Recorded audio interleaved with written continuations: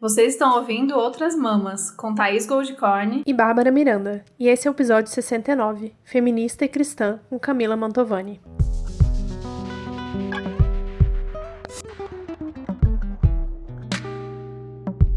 Então, gente, hoje a gente está aqui com a Camila Mantovani. Ela é feminista, cristã, militante pela Frente Evangélica pela legalização do aborto, vegana, ecossocialista e camarada do Subverta da Thaís, né? No caso, porque eu ainda não sou do Subverta, mas você. Sim, logo, em breve. Camila, seja bem-vinda a Outros Mamas Podcast. Se apresenta pra gente e conta um pouco mais da sua história, em especial a sua história com a religião, com a igreja. Gente, que prazer estar aqui.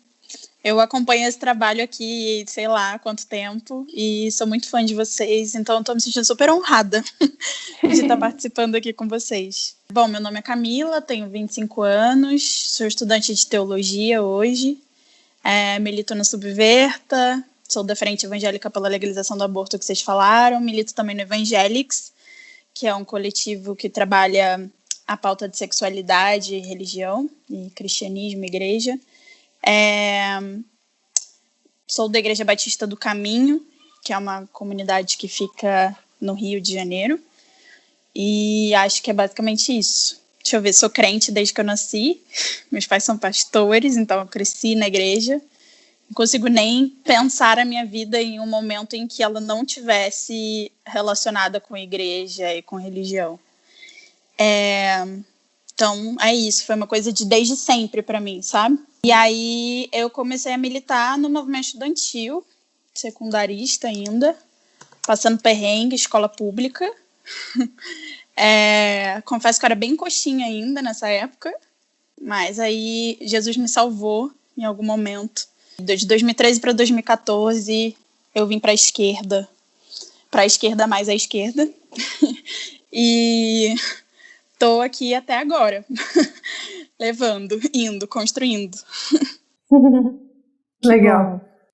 Eu queria que você falasse um pouquinho mais para quem está ouvindo a gente. Eu acho que esse é um tema que não é um tema que o nosso público está acostumado, e a gente não falou nenhum outro episódio sobre religião. É um assunto que a gente não fala nem em outros episódios como relatos pessoais, porque não faz parte da minha história, da minha vida, por exemplo, essa relação com religião.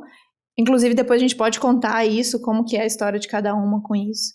E eu penso que quando a gente tenta falar sobre essas pautas que a gente fala aqui, trazer as pautas mais de esquerda, as pautas progressistas, parece que são duas coisas conflitantes, que não batem, né? Inclusive, a gente tem um episódio bem antigo sobre a legalização do aborto, e isso já foi um choque de bater isso com o veganismo, por exemplo, para algumas pessoas. E então eu queria que você falasse um pouco qual é essa ligação, né? Como é o trabalho, por exemplo, da Frente Evangélica pela legalização do aborto, e como foi isso para você unir essas duas questões, e por que a gente enxerga isso de maneira tão conflitante, como se não pudesse existir, né? A gente pensa evangélico, a gente já pensa Damares, a gente já pensa os pastores, homens conhecidos, esses grandões, que vão falar o contrário disso, e aí, sem entender que existem vários evangélicos no plural, a gente já cria essa resistência de que não é compatível falar em legalização do aborto e evangélica, né? Então, eu queria que você falasse um pouquinho sobre o seu trabalho na frente, como isso existiu para você, como isso caminhou até você chegar aí. Bom, primeiro, sobre essa questão de como a gente só pensa em Damares, por exemplo, quando a gente está pensando em evangélicos, é importante primeiro entender, assim, que a gente só pensa nesses grandes nomes fundamentalistas que a gente tem no Brasil porque o projeto político do fundamentalismo religioso está dando certo. A gente está pensando justinho de acordo com ele. Porque se a gente olha para um campo tão plural quanto o cristianismo é no Brasil e só consegue associar com figuras conservadoras, com figuras fundamentalistas, então o plano deu certo.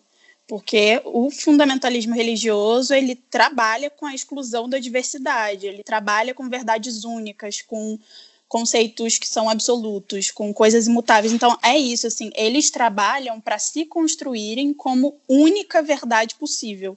Então, a partir do momento que a gente enxerga eles, de fato, como única verdade possível sobre o campo evangélico, a gente está reforçando a lógica política que faz com que o fundamentalismo religioso dê certo no Brasil e na América Latina. Isso já é muito importante. Então, assim, quebrar essa generalização que a gente faz com relação a pessoas cristãs e evangélicas não é porque, tenham pena da gente, a gente está muito ofendido. É só uma questão de estratégia política mesmo, assim, é importante para a gente, porque quando a gente consegue entender que o campo é plural e diverso, a gente fura essa lógica, essa lógica de poder deles, né, que eles criaram e estabeleceram. E isso é muito importante para a gente nesse momento, ainda mais nesse momento, né? Porque a gente não está nem mais falando de fundamentalismo, porque o cenário que a gente tem hoje no Brasil é de cristofascismo, literalmente, né? É o cristianismo casado com o fascismo. Então, assim, é muito sério o que a gente tem. E a frente, ela nasce um pouco, inclusive, indo nesse sentido. Porque a frente nasce há mais ou menos 3 anos atrás, no calor dos debates sobre a DPF 442, que ia vir para votação no STF. E a gente parou para pegar a argumentação religiosa dos fundamentalistas sobre a DPF, a argumentação contrária, obviamente, né? E a gente ficou muito irritadas quando a gente viu, porque a principal argumentação deles era de que era antidemocrático descriminalizar o aborto no Brasil, porque a maioria do povo brasileiro é religioso e nenhuma religião tem acordo com o aborto. Essa era a principal argumentação. E aí a gente ficou meio em choque, tipo, primeiro, quem são vocês para acharem que tem o direito de falarem no nome de todos os religiosos do Brasil? Sabe? Como assim? Não consegue falar nem em nome de todos os evangélicos, que dirá de todos os religiosos. E aí a gente, nessa da gente tá muito puta com essa argumentação deles, a gente falou, mano, não, assim, a gente vai precisar se articular, não só para mover alguma coisa dentro das igrejas com relação a esse debate que está colocado, porque a audiência, enfim, já estava chegando e tal, como também para conseguir fazer frente a esses caras, sabe? Mostrar que eles não são a totalidade, quebrar a argumentação deles, inclusive para o STF. Esses caras não têm o direito de falar em nome de todos os religiosos. Nós somos religiosas e a gente está aqui com uma opinião completamente contrária. E aí a gente cria a Frente Evangélica pela Legalização do Aborto. Frente, inclusive, tem esse nome, Frente, exatamente porque são meninas de diferentes igrejas, denominações e linhas teológicas que constroem essa frente. E foi assim que começou. Então, a gente, a partir dessa criação, né, da frente, a gente começa a fazer um trampo que é de ir nas igrejas e começar a mobilizar as igrejas com relação a esse debate. Então, entrar nas igrejas e falar sobre descriminalização de aborto. O que isso de fato significa? E qual é a nossa responsabilidade enquanto pessoas cristãs que, sim, prezam pela vida? O que isso significa para a gente? E também no sentido de mobilizar igrejas para assinarem como amicus curiae da DPF 442. E foi a primeira vez na história da luta pela descriminalização do aborto no Brasil que a gente teve igrejas evangélicas assinando um documento favorável à descriminalização. Então, eu considero que foi bem importante o que a gente conseguiu mobilizar nesse primeiro momento. Óbvio que depois disso a gente começou a entender que os desafios eram muito maiores do que só o debate em torno da DPF. Então, a gente, quando entra nas igrejas, a gente começa a ter contato mais direto com a realidade bizarra e dura, assim, de opressão das mulheres crentes, assim, de diversas igrejas. A gente entende que para falar de aborto a gente vai precisar falar de 1000 coisas anteriores a isso, até conseguir chegar nessa pauta. E aí a gente foi fortalecendo o nosso trabalho, focando principalmente em igrejas pentecostais, neopentecostais de periferia, assim, era o recorte que a gente queria. Principalmente porque a gente entendia que a maior parte das mulheres afetadas com a criminalização, primeiro, são mulheres cristãs, e segundo, que são mulheres negras e pobres, né, que estão dentro dessas comunidades. Então, foi mais ou menos o recorte que a gente fez de como a frente queria trabalhar, e foi basicamente isso. Nossa, muito legal. Eu confesso que eu não tinha estudado, assim, nem um pouco, só lido por alto matéria sobre o trabalho de vocês na frente. É muito interessante ver você contando todos os detalhes, como que surgiu, como que cresceu, porque a ideia é totalmente contrária do que eu tinha antes, né, de toda essa construção. Eu acho que, tendo mais contato com o Subverta, a gente está cada vez mais próximo dessa ideia de um trabalho de base de fato, que tem que se aproximar das igrejas, das instituições, Mas é muito legal ver um trabalho como o da frente, e é que nem você falou, tipo, a gente precisa ter um trabalho de base tão grande que antes de falar de aborto a gente tem que trazer outras coisas, né? Muito sobre feminismo, que ultrapassa até o feminismo liberal ali da sororidade, porque isso já está inserido, né, dentro de várias igrejas, assim, pelo menos na minha experiência, que eu frequentei algumas vezes a igreja presbiteriana, e o feminismo liberal já estava difundido ali, né? Então a mulher tem direito de se arrumar do jeito que ela quiser, de ser a chefe da casa, de ganhar mais do que o marido, essas coisas. Então o feminismo liberal já está ali. Agora, essa base mesmo de ensinar o que é direito das mulheres para todas as mulheres e elas entenderem, essa parte parabéns pelo trabalho. Obrigada. Mas eu acho que tem uma coisa assim que inclusive foi um ponto para mim, assim, que era de quando eu descobri o feminismo, e eu falo muito, assim, de verdade, o feminismo me salvou, realmente.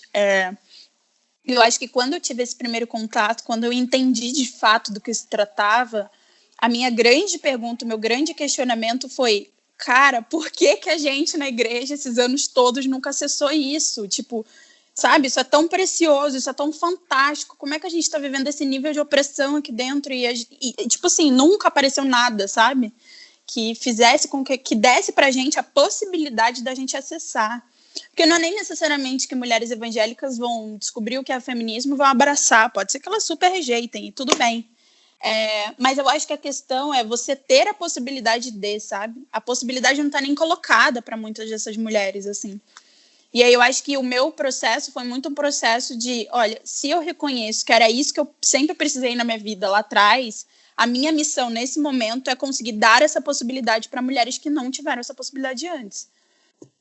E eu acho que é um pouco por aí, assim, a nossa atuação, é muito nesse sentido. Você comentou que na frente são mulheres, meninas de várias igrejas diferentes. Então, esse pensamento, esse conhecimento, essa proximidade com o feminismo, isso é uma coisa que tem aumentado, tipo, teologia feminista, né? O que é essa teologia feminista e como você vê isso hoje nesse cenário atual, assim?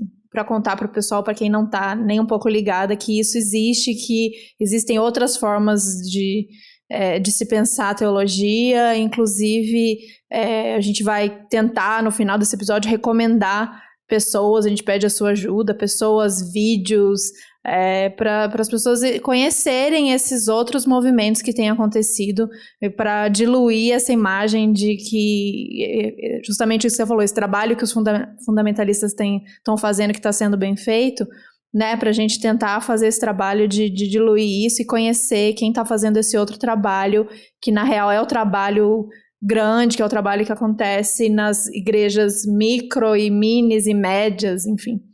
Na minha percepção, o feminismo tem crescido exponencialmente, assim, dentro das igrejas. E eu acho que essa, inclusive, é a maior e talvez uma das maiores razões e motivos de o nível de ataque que os fundamentalistas têm feito ao feminismo ter crescido tanto também. Assim, acho que é muito resposta, é muito reação a esse crescimento dentro das igrejas. A gente vê cada vez mais meninas de diferentes igrejas se reivindicando feministas, entendendo o que é feminismo, principalmente pelo advento da internet, né, que facilitou o acesso, assim. E, sim, o número tem crescido muito. Então, a gente já tem diferentes igrejas que têm grupos de cristãs feministas. A gente tem grupos, por exemplo, no Facebook que reúnem milhares de garotas cristãs para debaterem feminismo, assim. E isso há, sei lá, quantos anos atrás, assim. E foi por onde eu acessei, inclusive, um grupo de Facebook.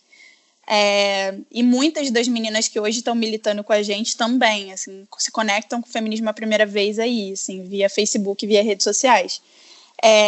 Então, sim, para mim tem crescido bastante o feminismo. Óbvio que aí tem uma questão ainda, né? Porque, na minha análise, o feminismo que tem crescido nas igrejas ainda é um feminismo muito liberal, o que é a parte que mais me preocupa e que mais me dói um pouco, mas estamos trabalhando para mudar isso aí. Mas, sim, eu acredito que tem crescido bastante. A teologia feminista, ela é uma teologia que a gente chama de teologia contextual, né, ou teologias do corpo. As teologias contextuais e do corpo são a teologia queer e a teologia negra. A gente entende dessa maneira porque a gente entende que é uma teologia que nasce pelo corpo, que é um corpo oprimido. É uma teologia feita a partir desse corpo. E isso, para a gente, é uma compreensão muito, muito importante. Porque acho que a principal questão, assim, do fundamentalismo, inclusive, historicamente, foi justo de silenciar, de negar corpos, né? E que corpos são esses? Então, agora, quando a gente trabalha essas teologias todas, a gente fala justo isso, essa teologia da afirmação do corpo, ao contrário do que historicamente a igreja fez, né? E a teologia feminista, ela é muito, muito importante, inclusive, para meio que abrir a porteira para as outras teologias passarem. É como eu enxergo um pouco. A teologia nasce, inclusive, para dizer, olha, a Bíblia é um livro que ele foi escrito em tempos históricos diferentes, numa cultura muito específica, de um povo muito específico. Ele reflete questões do seu tempo, e isso inclui, inclusive, um grau de misoginia muito grande, obviamente. E a gente não pode simplesmente utilizar um método de leitura que seja literal, porque não cabe, simplesmente não cabe. A Bíblia não é a palavra de Deus, como a galera gosta muito de pregar, mas a Bíblia é um livro que conta a história, do início ao final dela, a história da libertação de um povo oprimido e escravizado. E é com a lente do povo oprimido que a gente precisa fazer a leitura do texto bíblico. E o problema é que a teologia hegemônica, que é uma teologia branca, patriarcal, racista, ela faz com que a gente leia sempre a Bíblia pela lente dos opressores. E isso é um problema. Então, a proposta da teologia feminista é essa proposta: fazer uma leitura bíblica com uma lente feminista, com a lente dos corpos femininos historicamente explorados e oprimidos. E aí esse é um pouco o desafio do que a gente tem feito. Então, tem igrejas, por exemplo, que fazem rodas de leitura popular e feminista da Bíblia. E é bem incrível, assim, esse trabalho com a Bíblia, porque nem dá para você dialogar, na verdade, com a galera que é crente se você não tem... se a conversa não começa por aí, né? Se a conversa não começa pela Bíblia. Então, é mais ou menos isso. Nossa, agora você conseguiu me convencer a ler a Bíblia real. Porque eu tava assim, eu sempre fiquei... Sabe aquele que eu falo assim, um dia eu vou ler. Aí você falou a frase certinha, assim. Quarentena tá aí pra isso. Quarentena tá aí pra isso. Vou ler a Bíblia. Então, mas essa fala que a Camila trouxe me lembrou um vídeo que eu vi, inclusive, do pastor Henrique Vieira. Um beijo, pastor bem tiete. Um beijo, pastor Henrique Vieira, que eu amo. Falando justamente essa frase, que a Bíblia é um livro negro. Inclusive, a frase nem era dele. Ele falou que é de interpretação branca. De quem? É do Ronilson Pacheco, essa frase maravilhosa. Que a Bíblia é um livro negro de interpretação branca e eurocêntrica. E é muito interessante pensar essa questão que se fala um pouco mais dessa questão do embranquecimento da figura, né, de Jesus, então, nas imagens, aquele homem loiro, cabeludo, e esse embranquecimento eu já tinha ouvido falar, mas essa questão, pensar isso mais amplamente, trazer isso como o evangelho também saiu desse lugar, desses textos que você falou, sobre esse povo oprimido, para virar um texto branco, né, eurocêntrico. É muito interessante pensar sobre isso e realmente te muda o olhar. Eu fui criada por um pai que demonizou muito os cristãos, assim, ele negou muito esse sentido. Ele era um cara espiritualizado, mas eu cresci com ele falando mal de cristãos na minha cabeça, falando mal de padre, falando mal de pastor, e então eu fui criando isso junto com ele, e aí o trabalho muito bem feito, né, da mídia, enfim, do trabalho dessa galera, e eu consegui criar isso em mim, de tipo, não quero saber, não me relaciono, não quero ouvir, eu tinha aversão mesmo. E então poder ouvir, eu tive prazer de ouvir o pastor Henrique num evento da Boitempo do ano passado, já conhecia, já tinha visto vídeos e tal, mas ver pessoalmente... E falo, cara, é isso, e não deveria ser o contrário disso, na verdade, né? Faz todo sentido. E então eu fico muito feliz de poder ouvir, de poder quebrar isso em mim, que é uma coisa que foi colocada no geral pela sociedade, mas que foi fortalecida pelo meu pai.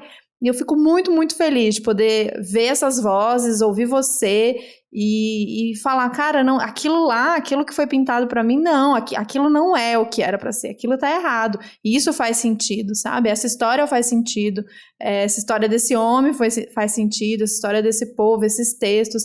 Então eu também tô igual a Babi, vou terminar essa gravação e botar aqui de tarefas da quarentena, ler a Bíblia. Só quero deixar explicado que eu não tô querendo fazer evangelização de ninguém, tá?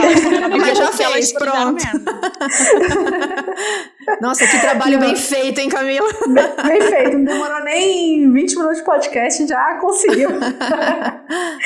Não, mas muito bom. Ao contrário da Tá, eu tive um pai que, assim, sempre me incentivou a ser muito curiosa com relação a todas as religiões, muito espiritualizado, né? De família católica, obviamente, né? Pegar a parte mais classe média, elite do Brasil, aí tem um catolicismo muito forte.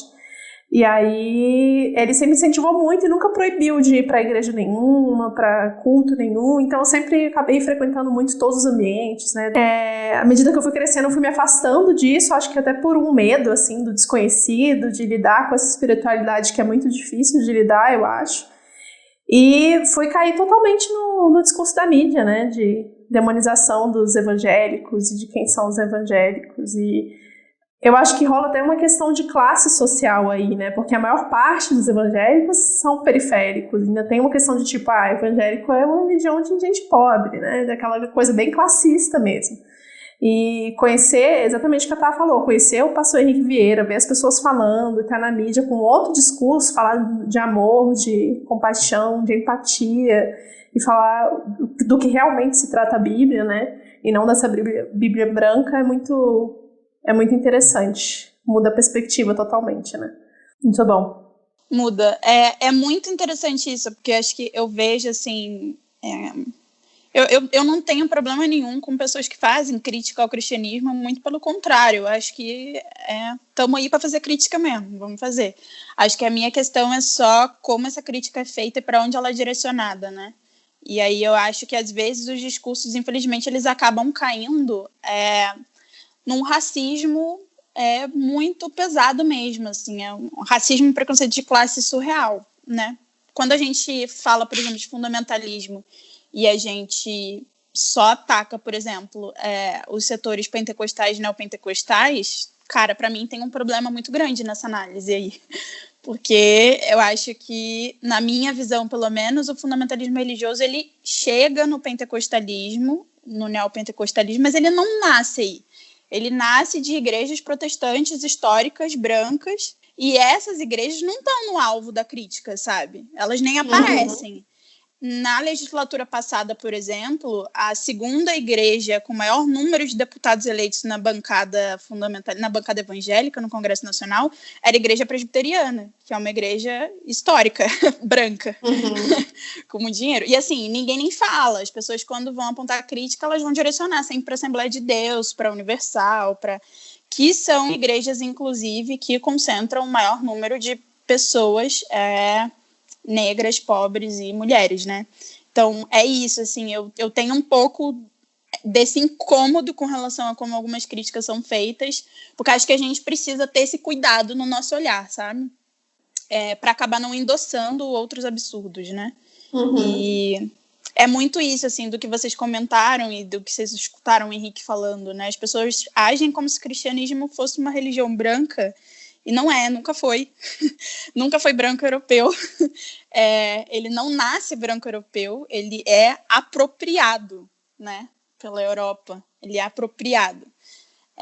E isso é muito importante de ser dito, porque tem muito a ver com o que a gente faz hoje. Assim. O que a gente está fazendo hoje não é novidade, cara. Não é novidade. Mas a gente está numa luta muito grande, que é uma luta para quebrar essa visão, que é a visão colonialista da coisa, sabe? E que é muito ruim, porque o cristianismo nasce periférico, ele nasce, inclusive, palestino, que é importante. Jesus era palestino, queria falar isso aqui. Nasce palestino, nasce negro, nasce periférico, nasce pobre, sabe? E nasce como um movimento anti-imperialista, porque foi exatamente isso que Jesus criou, um movimento contra o Império Romano e fazendo crítica ao Império Romano, e por isso ele foi torturado e assassinado. E isso para mim é muito importante, porque nesse processo de apropriação, como todo processo de apropriação, existe um esvaziamento completo de identidade, né? E aí você consegue colocar, depois que você esvaziou de identidade, você consegue colocar o que você quiser. E foi exatamente o que eles fizeram, né? A Europa utilizou, se apropriou, esvaziou de identidade, tornou branco e utilizou para o seu projeto de poder, que aí entra tudo, né? Escravização dos povos, dominação dos povos, colonização, enfim. Mas, historicamente, sempre tiveram aquelas pessoas cristãs que resistiram a essa apropriação, que denunciavam, inclusive eram tidas como hereges, eram queimadas, assassinadas. Mas é isso, assim, a gente sempre existiu. Quem estava desse lado, denunciando a apropriação que o Império fez do cristianismo, essas pessoas sempre existiram e existem até hoje. Então, Henrique Vieira, as meninas que militam comigo, a gente não é um ponto fora da curva, né? A gente é um de muitos. A gente existe, a gente sempre existiu. E acho que isso é importante de se ter em consideração. Muito bom. É interessante que na verdade, eu nunca tinha feito a ligação das coisas, assim, que todo o contato que eu tive com as igrejas evangélicas foi mais dentro das batistas tradicionais e do presbiterianismo, e aí eles têm essa coisa da história da igreja presbiteriana, que vem ali de Lutero, da Europa, na Alemanha, e por isso que é a igreja mais séria, e que aí todas as outras que saíram, né, da igreja presbiteriana, elas não são boas o suficiente, ou não são sérias o suficiente. E aí, só agora que eu fiz toda essa ligação na minha cabeça, eu falei, caraca, que paradigma elitista. Mas assim, eu não tinha contato suficiente, então eu só acreditava. A pessoa falava pra mim, não, as outras não são. Teve um dia que eu perguntei qual era a diferença entre neopentecostal, enfim, pentecostal, aí falou, só deu uma zoada, assim, sabe? Tipo, não, eles imitam, diz que fala a língua dos anjos, foda-se. Qualquer coisa assim, aleatória, sabe? Como se não estudasse teologia direito, enfim. Tem toda uma coisa de classes dentro do né? Isso é muito forte, mas eu convido vocês, depois que a quarentena acabar, irem comigo num culto pentecostal e vocês vão avaliar que culto é melhor. Desculpa, gente, assim, batistas e presbiterianos que não fiquem irritados comigo. Mas é porque a minha alma é muito pentecostal, né? Eu fui criada igreja pentecostal, neopentecostal e me tornei batista agora há poucos anos. Mas, assim, o culto pentecostal é um culto preto, é um culto negro, assim, sabe? A tradição é negra. Tem muito a ver com corpo, é dança, é música. E você vai num culto presbiteriano, você vai num culto batista, nossa, é gelado. Até o frio da Europa chega, entendeu? É difícil para mim, assim. E aí eu acho que tem essa questão, sabe? E é até muito interessante isso, assim, como que... E o porquê, né, que quando a gente vai fazer a crítica precisa justamente para a tradição que é negra. O pentecostalismo, por exemplo, ele nasce com o movimento de direitos, luta pelos direitos civis nos Estados Unidos, lutando contra a segregação. É aí que nasce o movimento pentecostal. Então, é isso, sabe? São essas coisas que eu acho que precisam estar no nosso horizonte quando a gente vai pontuar a crítica, porque, enfim... Mas vocês estão convidadas, gente. É incrível um culto pentecostal. Já topei. Pode deixar. Eu tava lendo um texto aqui, junto com o texto que você escreveu até pro Mídia Ninja, que é quando se demonizam os evangélicos, né? Fala muito da pesquisa da Datafolha, sobre quem são, qual é a cara, né, dos evangélicos no Brasil. E também li um texto, depois eu vou colocar todas essas referências para você. O Thiago Torres, eu não conhecia ele, como é o perfil, eu até mandei pra Babi. A Sabrina que indicou ele esses dias, e tô achando muito massa acompanhar. Ele é vegano, inclusive. Deixa eu pegar aqui o perfil dele. O Thiago Torres é Chavoso da USP. Você conhece, Camila? Não. Então, muito legal o perfil. E eu juntei essas conexões entre os dois textos, né? E ele fala justamente isso, como as igrejas evangélicas ocuparam o vazio deixado pelo Estado nas periferias.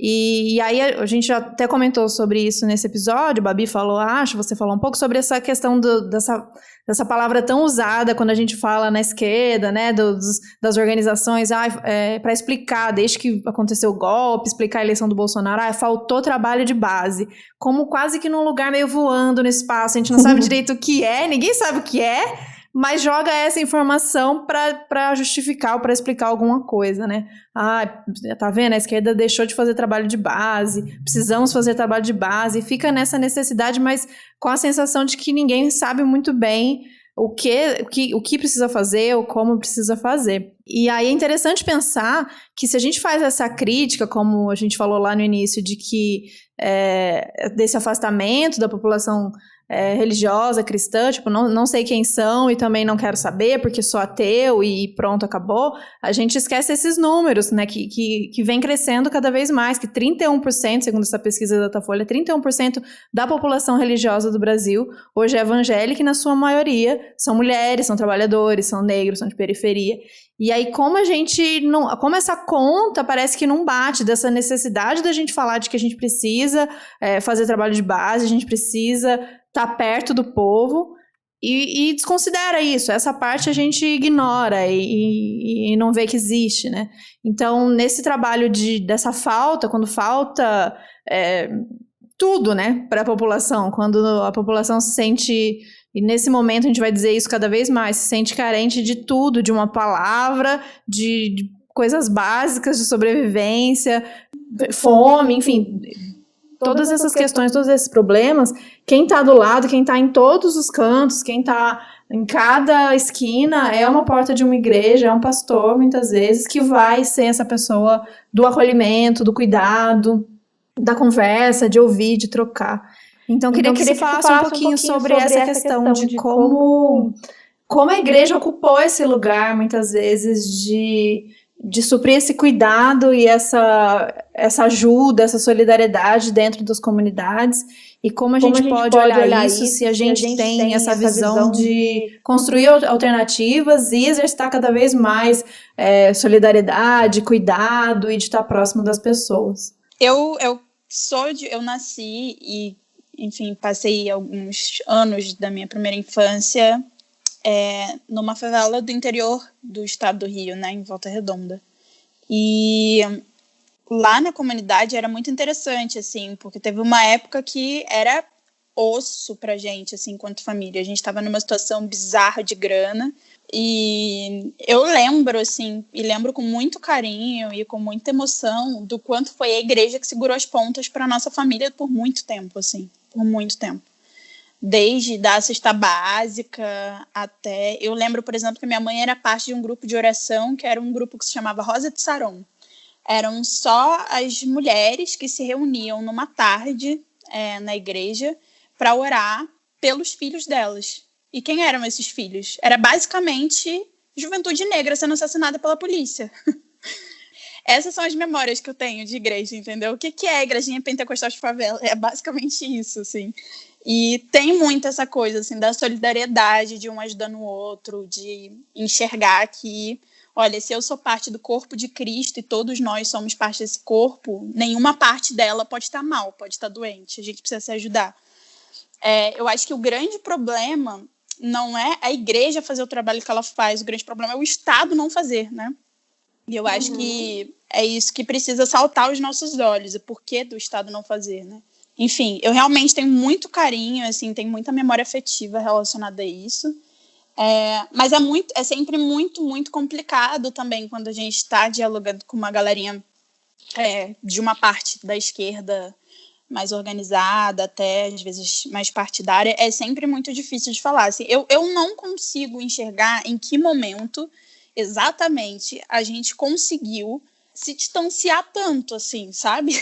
Do debate com relação à religião. Eu acho que é tarefa para qualquer pessoa que se entende enquanto revolucionária conseguir entender do que se trata esse debate religioso. Porque, assim, se nosso objetivo final é organizar a classe trabalhadora para tomar os meios de produção, amigo, a gente precisa primeiro enxergar quem é a classe trabalhadora. Quem são essas pessoas que fazem parte da classe trabalhadora? Porque se a gente não enxerga essas pessoas, do que a gente está falando, entendeu? Revolução se tornou um bagulho abstrato, ninguém vai mudar o mundo. E isso é muito difícil, é muito complicado, porque a classe trabalhadora, ela tem religião, ela tem fé, ela tem credo, né? Enfim, e o que a gente faz com isso? E é muito doido, porque ao mesmo tempo, por exemplo, que eu vejo pessoas que falam, nossa, o cristianismo precisa acabar, sabe? Tipo, uma merda, religião, ópio do povo, não sei o quê, são pessoas que vão citar várias frases de Paulo Freire, que era cristão. Tipo, esse tipo de coisa que eu fico pensando. A gente não consegue nem falar da história da esquerda na América Latina, principalmente no Brasil, sem falar de igreja. Porque o que foram as comunidades eclesiais de base, por exemplo, durante o processo de ditadura militar? Sabe? Quantas não foram as pessoas cristãs assassinadas e torturadas durante a ditadura militar por fazer resistência? Então, assim, muito complicado, porque se a gente olha, inclusive, para a ascensão do PT lá atrás, sabe? Teve a ver com isso, com um trabalho feito pelas igrejas, da esquerda junto com as igrejas. Então, é isso, assim, eu acho que a gente está mais que na hora da gente conseguir se reconectar com esse fator religião, nesse sentido de entender que a gente precisa compreender de fato do que se trata e compreender que na subjetividade da classe trabalhadora, porque a classe trabalhadora também não é um bagulho assim, né, que está flutuando no ar. São pessoas que têm histórias e que se conectam religiosamente com muitas coisas. A gente precisa entender isso. Porque senão a gente nunca vai conseguir dialogar com ninguém, não vai conseguir organizar ninguém e nunca vai fazer revolução e vai continuar aqui e morrer na merda que a gente está hoje. E eu acho que isso é um baita problema, assim. É uma tarefa urgente para ontem que a gente precisa começar, né? Sim. Não sei se eu te respondi, desculpa. Super. Não, com certeza. Com certeza. Não tem nem o que adicionar, já falou perfeito. Obrigada. Assim, tudo. Não, eu fico pensando, isso é muito louco, eu fico pensando até indo até mais longe, não mais longe, mas indo para outro lugar, que me ficou na cabeça aquela coisa que você disse sobre a igreja da sua, né, da sua lembrança de antes, da infância, lá da comunidade, que tinha uma coisa mais corporal, né, e eu sempre penso muito isso quando eu vejo como falta espaços para as pessoas terem essa coisa mais de descarregar mesmo, essa relação com o corpo, a relação com o outro, estar reunido, tá entre um grupo de pessoas e fazendo alguma coisa que seja cantar, que seja gritar, que seja dançar. E como a gente também, no geral, quem não tem nenhuma religião, ou tem uma religião mais fria, mais séria, não tem esse espaço, né, muitas vezes. E como isso faz diferença para esse mundo que a gente quer criar, para essa outra sociedade que a gente quer conviver.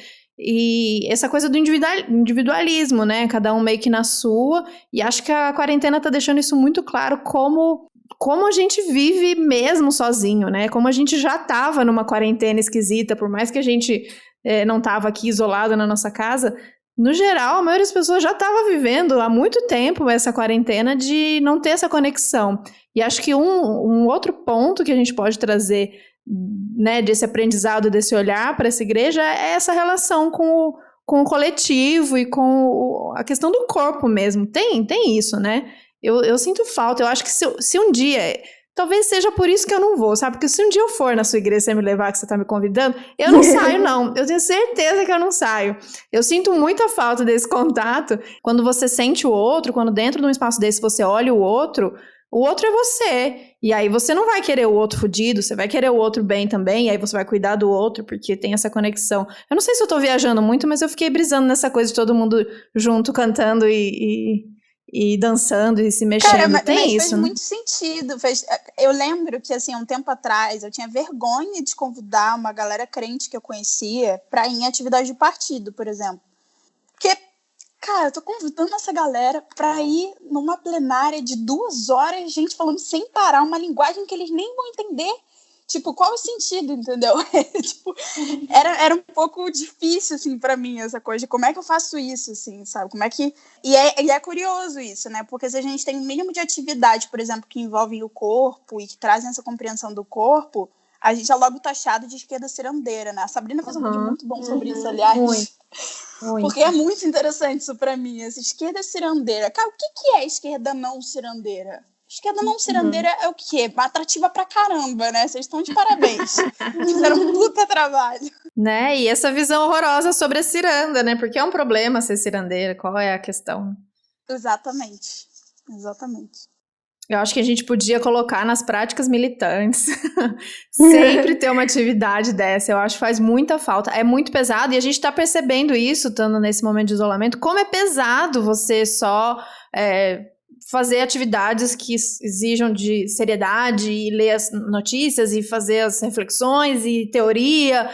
É pesado demais se a gente não tiver uma maneira da gente trocar isso numa coisa mais, né, mais de corpo mesmo, mais de contato físico. Aí eu acho que a gente vai sair desse isolamento, todo mundo um pouco mais, a canceriana esperançosa, um pouco mais solto e um pouco mais querendo contato, porque eu não aguento também essa coisa muito, muito serinha, muito pautada de regras, e você se inscreve, aí você fala, daí tu fala, aí tem a fala já típica. Eu acho que a gente precisa fazer umas atividades aí pra soltar. Vamos aprender, vamos tarefa, todo mundo quando acabar essa quarentena, a gente vai visitar a gente vai, como é que fala isso? A gente vai frequentar um culto bem animado desse pra gente, bem pentecostal, pra gente aprender alguma coisa, porque a gente tá tudo travado, gente. Uhum. Eu lembro que eu fui numa gravação do Teologia de Boteco, do Cristiano Barba. Eu contei pra Tá quando a gente saiu, que ele falou exatamente isso, né? O Barba saiu da instituição igreja, mas montou meio que um grupo de estudo ali, que ele chama de igreja, enfim, com os amigos. E aí ele fala, cara, sabe qual é o problema? Pensa assim, qual foi a última vez que você saiu, se reuniu pra conversar com seus amigos, dançar, cantar junto, se divertir? O pessoal da igreja faz isso toda semana, sabe? A gente, no nosso mundo ateu, né? Tipo, então fugindo do cristianismo, ou até mesmo os católicos os católicos não praticantes, que é o que mais tem aqui no Brasil, a gente tá tão individualizado que a gente não se reúne mais. E a igreja, ela proporciona esse encontro das pessoas. E é isso que a gente tá vendo aqui, né, na quarentena, que é o que mais a gente precisa, é dessa reunião física com as pessoas, e a igreja proporciona muito isso. Eu acho que isso é a base do trabalho de base, daquela deixar as pessoas socialmente felizes, né? Eu acho que agora na quarentena é o melhor exemplo que a gente está tendo disso tudo, assim. É muito interessante. Um dos acontecimentos com relação a Damares, assim, que mais virou meme, principalmente entre a esquerda, foi aquele episódio de Jesus na Goiabeira, né? Que até hoje a gente zoa com isso. E para mim, aquele episódio ele foi muito, muito emblemático do quanto a gente está pouquíssimo disposto a mudar a cultura política mesmo, assim, que às vezes a gente copia a cultura política da direita, né, de fazer umas coisas escrotas, assim. Aquele vídeo, por exemplo, era um vídeo da Damares pregando na igreja dela, muito antes dela sonhar em ser ministra. E ela conta um testemunho pessoal de quando ela era uma criança de 5 anos de idade e foi estuprada. E ela sobe numa árvore e ela está prestes a cometer suicídio quando ela tem uma experiência espiritual e vê Jesus na goiabeira falando com ela, e aquilo impede ela de cometer suicídio e salva a vida dela naquele momento, assim.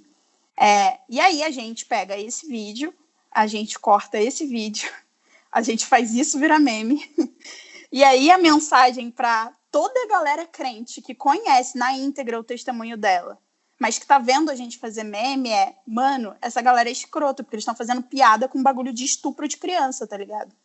Porque foi basicamente isso que aconteceu, assim. E aí essa questão, assim, porque se eu, enquanto esquerda, assim, para mim não é problema, por exemplo, ver Mamãe Oxum na cachoeira, por que é um grande problema uma criança de 5 anos, depois de uma experiência traumática dessa, ver Jesus na goiabeira? É isso, sabe? Não é tirando sarro da espiritualidade das pessoas que a gente consegue implementar nosso projeto político, sabe? Porque a gente consegue colocar para as pessoas verem que a gente tem um projeto alternativo de sociedade, sabe? Não é desse jeito. E, enfim, a gente precisa começar urgentemente a mudar a nossa cultura política, cara, porque tá osso desse jeito.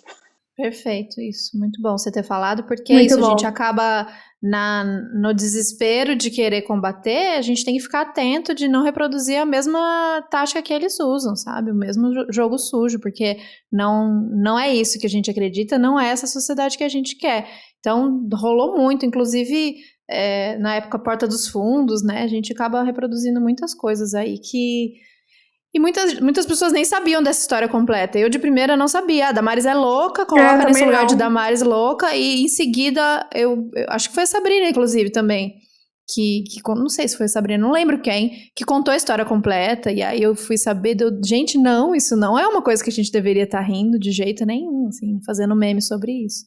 Então, muito bom você ter colocado. Antes da gente começar a gravar, eu estava falando dessa questão da nossa dificuldade que a gente tem como vegana de conversar com as pessoas que são cristãs sobre a perspectiva cristã de um antiespecismo, né? Porque vem muito essa argumentação de tipo, é porque na Bíblia fala isso, porque Deus quer, e como nós duas aqui somos pessoas que não lemos a Bíblia, a gente meio que dá uma fugida, porque fica, cara, eu não vou conseguir dialogar com essa pessoa, como se fosse uma coisa também, a mesma coisa, né, da esquerda, assim, a gente tá aqui lidando com a razão, e essas pessoas estão lidando com algo espiritual, ou algo totalmente subjetivo, como que a gente vai conversar sobre uma coisa que também é moral, mas é como se fosse uma coisa mais racional, né? Que seria o entendimento da ciência dos animais e da não opressão dos animais. E aí a gente queria que você trouxesse essa perspectiva antiespecista dentro da perspectiva cristã. E como conversar com as pessoas e como a gente realmente precisa ler a Bíblia para entender esse tipo de pensamento e conseguir conversar, né? Acho que partindo do princípio da compaixão e do amor. Isso é muito interessante, assim, porque eu sou vegana há pouquíssimo tempo, né? Eu sou vegana, vai completar 2 anos em julho. Graças principalmente a Sabrina Fernandes, porque a Sabrina, na verdade, ela diz que ela não teve que fazer muito trabalho, mas eu acho que teve, assim, sabe? Ela falou bastante comigo. Eu já tinha há anos um pouco essa sensação de preciso parar de comer carne, mas sou favelada, sou fodida, sou pobre, tipo, não rola, sabe? Tipo, veganismo é coisa de gente de elite, nunca vai dar certo pra mim. Enfim, eu ficava criando muitas desculpas. A Sabrina me apresentou um monte de movimento maravilhoso, e aí quebrou toda essa minha argumentação. Então, obrigada, Sabrina. A Sabrina foi usada por Deus, literalmente, nesse caso. E o mais interessante para mim, eu acho, foi que a coisa realmente me convenceu quando eu comecei a estudar um livro, que é um livro da Ivone Gebara, que é um dos nomes talvez mais importantes que a gente tem de teologia feminista na América Latina hoje. Ivone, que sofreu muita perseguição, inclusive durante a ditadura militar, enfim, ela tem uma história muito incrível. E a Ivone tem um livro que é sobre teologia ecofeminista. Ela nem fala sobre antiespecismo, mas a maneira dela de falar da questão ambiental, junto com a questão de feminismo e a questão de gênero, já colocaram para mim como que era absurdo me sustentar no lugar onde eu estava naquele momento. Assim. Aquilo trouxe a contradição, né, de como eu me alimentava, de como eu consumia as coisas. Essa contradição, ela veio para o campo da minha espiritualidade, e aí ficou pesado demais para eu manter. Então, assim, a Ivone Gebara me converteu ao veganismo. E provavelmente ela nem é vegana, mas, assim, aquele livro, naquele momento, foi muito importante para uma chave virar na minha cabeça.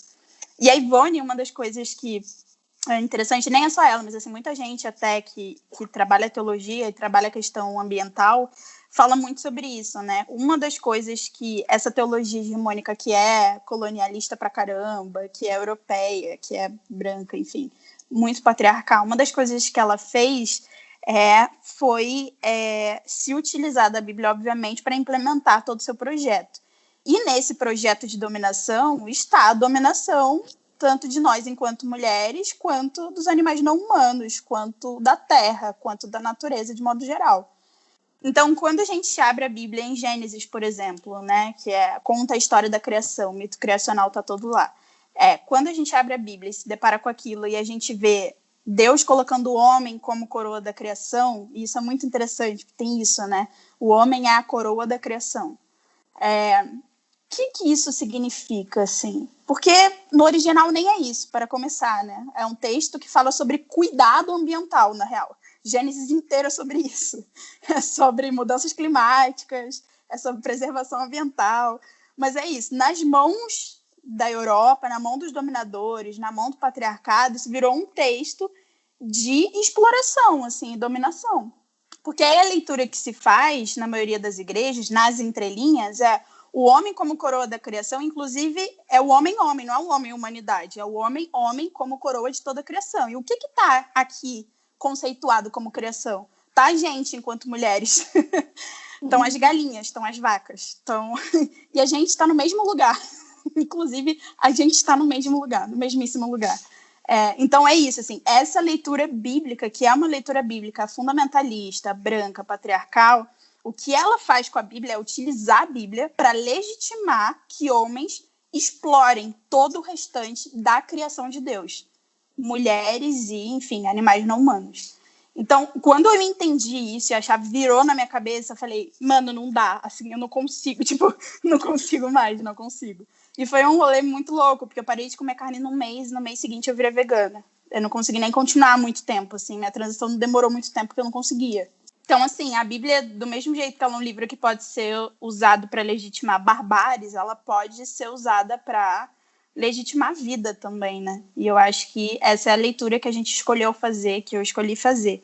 A gente tem, obviamente, textos que falam, por exemplo, sobre pesca e sobre Jesus alimentando multidão com peixe. E a gente precisa aqui entender um contexto, que tempo é esse que eles estavam vivendo, né? Que acesso a alimentos eles tinham naquele período, isso é importante para compreender. Mas a gente também tem vários textos em diferentes profetas ali, que está escrito na Bíblia, em que eles falam que o mesmo peso será cobrado da vida humana e da vida de um boi, por exemplo. Existe esse texto na Bíblia, assim, vários textos assim. Que diante de Deus, a vida humana vale tanto quanto a vida de um boi. E que Deus vai pedir conta até da vida desse boi que foi sacrificado. É isso. A gente vai escolher, né? Qual é a leitura que a gente vai fazer, que maneira a gente vai olhar para isso.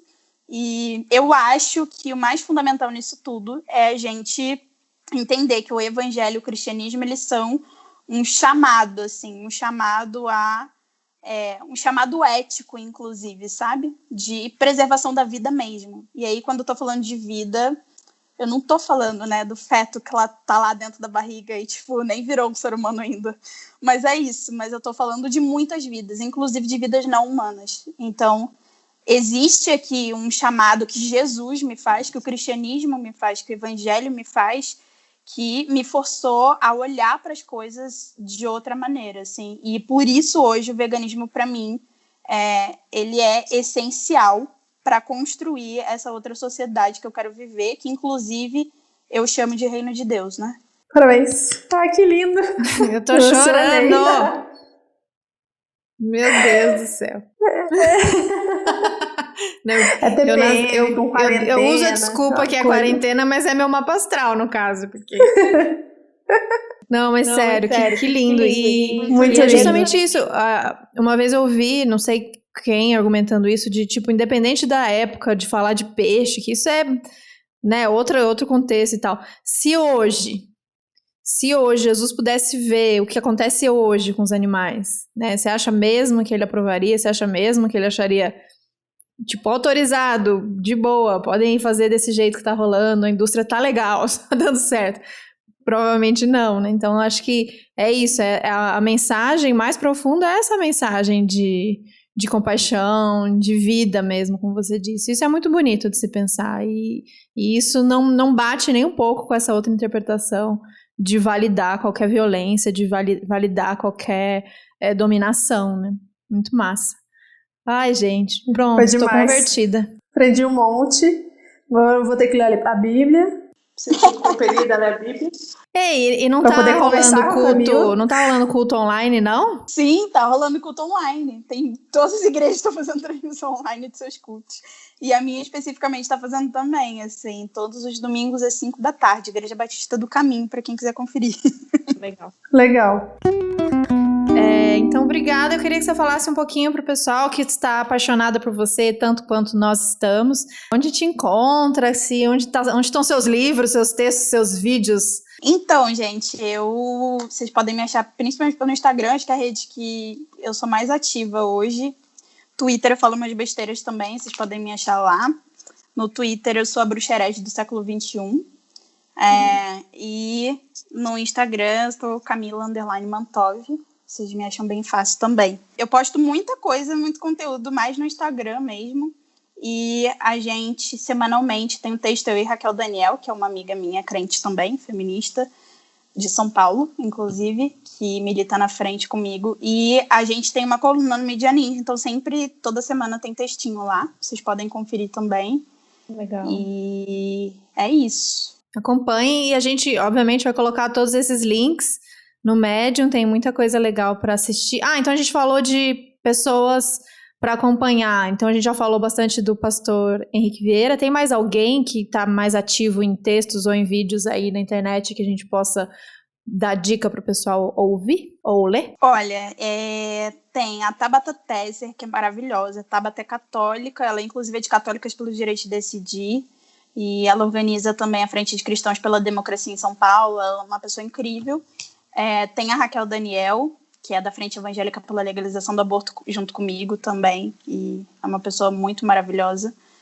Ela faz um trampo muito incrível de comunicação. E ela fala muito sobre comunicação e religião. É bem maravilhoso. Ronilson Pacheco, vocês precisam conhecer Ronilson Pacheco. Ronilson Pacheco é tipo o maior nome que a gente tem no Brasil de teologia negra, e ele tá fazendo um mestrado incrível nos Estados Unidos agora, louca pra ele voltar logo pro Brasil, porque ele é muito incrível. E aí tem alguns movimentos que eu acho que é muito interessante da galera conhecer também, assim, inclusive para entender como que eu não sou a única voz falando aqui sozinha. A gente tem o Movimento Negro Evangélico, que acho que todo mundo tem que conhecer, o trampo da galera. Tem a Rede de Mulheres Negras Evangélicas, que é incrível também. Tem a EIG, que é Evangélicas pela Igualdade de Gênero, que se organiza principalmente em São Paulo, inclusive para a galera de São Paulo fica a dica. E tem o Evangélicos pela Diversidade, que trabalha a questão de sexualidade e cristianismo. Então, fica aí as minhas dicas. Que bom, muita coisa. Nossa, um monte de gente, muito legal. Bom, obrigada, Camila, foi demais. Nossa, aqui é um aprendizado novo cada semana. Não dá nem para absorver todas as informações, né? Muito obrigada por participar, por topar gravar com a gente. Tá demais. Muito, muito. Eu acho que rende mais episódios com a Camila, né? Eu acho que foi pouco essa conversa. Foi muito pouco, eu quero ouvir muito mais. Então, você que tá ouvindo esse episódio, comenta aí que mais vocês querem conversar, o que vocês acharam, o que vocês pensam sobre isso. Acho que dá pra gente conversar bastante, inclusive aprofundando na questão do veganismo. Gente, super obrigada por esse convite. Quem tá emocionada sou eu, porque eu sou fã número 1 de vocês. Obrigada por isso e obrigada a todo mundo que ficou me escutando falar pra caramba até agora. Valeu. Obrigada, gente. Demais. Até semana que vem. Beijo. Tchau, tchau.